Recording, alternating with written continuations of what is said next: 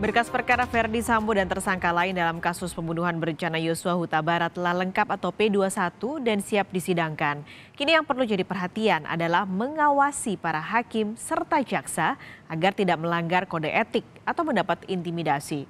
Sementara itu, keluarga almarhum Yosua berharap sidang kasus pembunuhan anaknya digelar secara terbuka.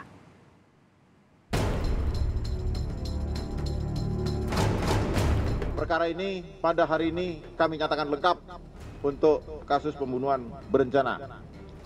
Penyidik menyerahkan tanggung jawab tersangka dan barang bukti pada jaksa untuk segera disidangkan. Setelah penyidikan berliku, persidangan Sambo, istri, dan para tersangka pembunuhan berencana Yosua menanti di depan mata. Kejaksaan Agung mengumumkan berkas perkara telah lengkap 28 September lalu. Karena berkas perkara telah lengkap, Polri akan menyerahkan seluruh tersangka pembunuhan berencana Yosua dan perintangan penyidikan serta barang bukti ke Kejaksaan Agung Senin pekan depan. Tugas berat kini diemban para jaksa dalam menyusun dakwaan. Kejaksaan Agung berjanji akan transparan. Kita juga akan secara terbuka, transparan, dan monggo nanti publik akan menilainya. Tolong beri kesempatan kami untuk betul-betul menguatkan dakwaan ini. Soal dakwaan, ada pendapat yang menilai sebaiknya dipisah antara pembunuhan berencana dan perintangan penyidikan. Tetapi mantan Hakim Agung Gayus Lumbun mengingatkan pemisahan dakwaan bisa memunculkan masalah di antara para pengadil atau hakim. Bagusnya di splitsing ini adalah untuk menjadikan fokus tadi. Tetapi kalau tidak bermanfaatannya, ini akan menjadi disparitas dalam pemahaman perkara ini. Disparitas itu terjadi akan sangat luas nanti. Artinya bahwa masing-masing kalau pengadilan sepakat dengan itu, bahkan sampai ke tingkat yang lebih atas, itu akan ada beberapa majelis nanti. Atau kalau tidak dengan majelis yang banyak, nanti akan terjadi, saya khawatirkan tadi, ada saksi-saksi yang berasal dari perkara ini, disebut saksi mahkota.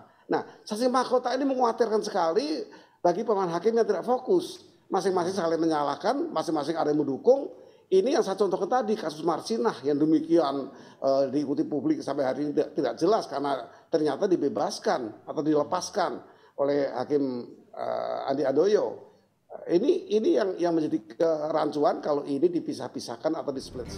Profesionalitas hakim dan jaksa memang harus dijaga, mengingat kasus ini melibatkan personel hingga perwira tinggi polisi. Bahkan, Komisi Yudisial rencananya bakal datang mengawasi jalannya persidangan. Di sisi lain, ada juga wacana pemberian rumah aman atau safe house sebagai perlindungan. Dalam kasus-kasus yang besar, berat ya, karena berkas perkaranya banyak, pembuktiannya panjang, sidangnya bisa maraton, maka tentu diperlukan kenyamanan dan kondusivitas dari tim JPU dalam melakukan tugasnya. Karena di situ kan akan ada koordinasi di antara tim, setiap persidangan apa yang harus dilakukan untuk persiapan persidangan berikutnya.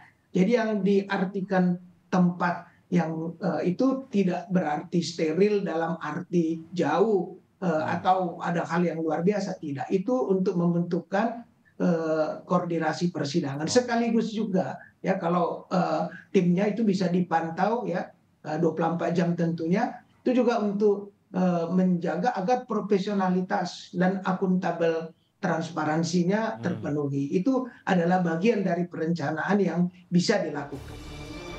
Ayah almarhum Yosua, Samuel Huta Barat, berharap sidang kasus dugaan pembunuhan anaknya dapat segera digelar dan secara terbuka. Ia pun menegaskan sudah seharusnya sejak awal Verdi Sambo dan Putri Chandrawati blak-blakan soal kematian anaknya Brigadir Yosua Huta Barat. Jadi memang alangkah baiknya di persidangan nanti dia sangat terbuka. Apa yang terjadi sebenarnya? Yang lalu-lalu kan beritanya itu sinetronnya di Duren 3. Pindah lagi ke Magelang. Jadi di sini yang perlu kita pertanyakan apa sebenarnya. Makanya sinetronnya bisa berpindah-pindah. Terbukalah nanti persidangan ini untuk umum. Jangan tertutup. Biar semua masyarakat Indonesia boleh mengetahuinya kejelasan hukum di negara kita bagi orang kecil seperti kami. Sementara itu, dalam wawancara di program Rosi, sang ibunda Rosti Simanjuntak berharap kasus pembunuhan anaknya dapat terungkap seterang-terangnya, termasuk memulihkan nama Yosua beserta keluarga. Ia pun menyatakan siap mengawal dan melihat persidangan.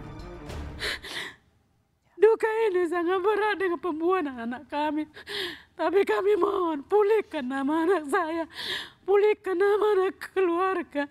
Jangan kami selalu dipitnah. Kalau mereka tidak bisa menyelesaikan ini dengan bukti, mereka takut sama Tuhan, tidak takluk sama Tuhan. Takluk akan perbuatan jahat. Jangan mereka mengikuti kata-kata pembohong. Buktikan hukum dan undang-undang di negara ini dengan seadil-adilnya. Selain kasus pembunuhan Yosua, berkas perintangan penyidikan atau obstruction of justice juga telah dinyatakan lengkap alias P21. Dalam perkara ini, total ada 7 berkas perkara yang dinilai lengkap secara material dan formil oleh Kejagung. Ketujuh berkas perkara itu diketahui milik Ferdi Sambo, Hendra Kurniawan, Agus Nurpatria, Arif Rahman Arifin, Baikuni Wibowo, Cuk Putranto, dan Irfan Widianto. Tim Liputan, Kompas TV.